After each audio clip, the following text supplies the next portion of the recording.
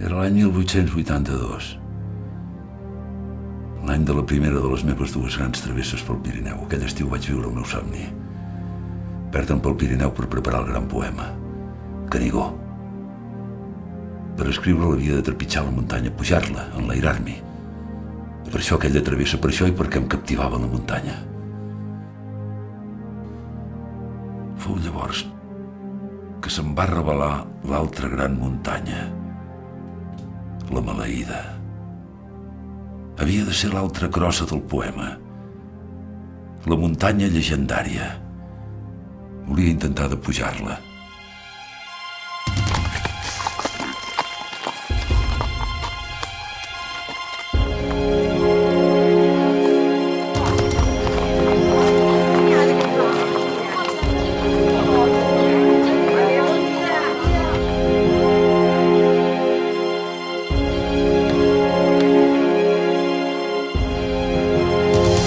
Verdaguer no duia mapes, ni guies escrites.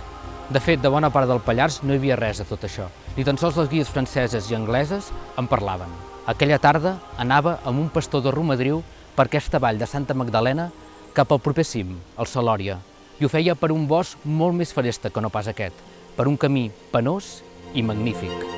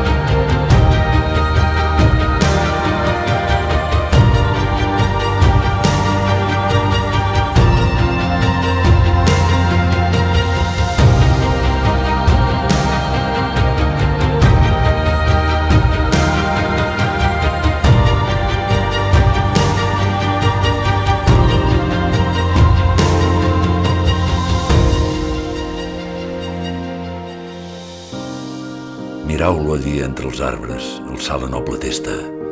De blanca se confonen ses ales amb les neus. De gel és sa corassa. De llum sa cabellera que amb la del sol barreja, mentre bramant com fera l'otorb juga a sos peus. Fugiu també vosaltres, pastors i excursionistes. Lo pont de neu se trenca que amaga la gelera i és la clivella on veure-la somia una rodera del carro de la mort.